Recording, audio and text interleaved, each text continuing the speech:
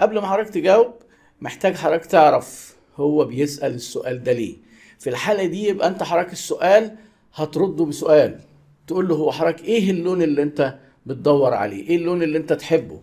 لان لو هو مثلا كان بيحب اللون هنفترض كده الاسود، انت قلت له لا ده انا عندي الاحمر والابيض، هيسكت. ممكن ما يقولكش انا كنت عايز اسود، هيقول لك خلاص يبقى انا كده ايه، هروح اشوف معرض تاني عنده اسود.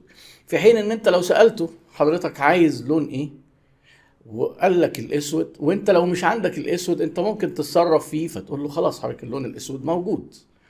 يبقى قبل ما تجاوب سؤال العميل ما تغلطش غلطة ان انت تجاوب من غير ما تعرف العميل بيسأل ليه. دايما احنا عايزين نكشف اللي في دماغ العميل، نعرف العميل بيفكر ازاي. حتى هم بيسموه الكاستمر بلاك بوكس، كأن العميل ده جواه صندوق اسود. انت كل ما هتعرف تكشف اسرار الصندوق الاسود ده اكتر كل ما هتبيع افضل.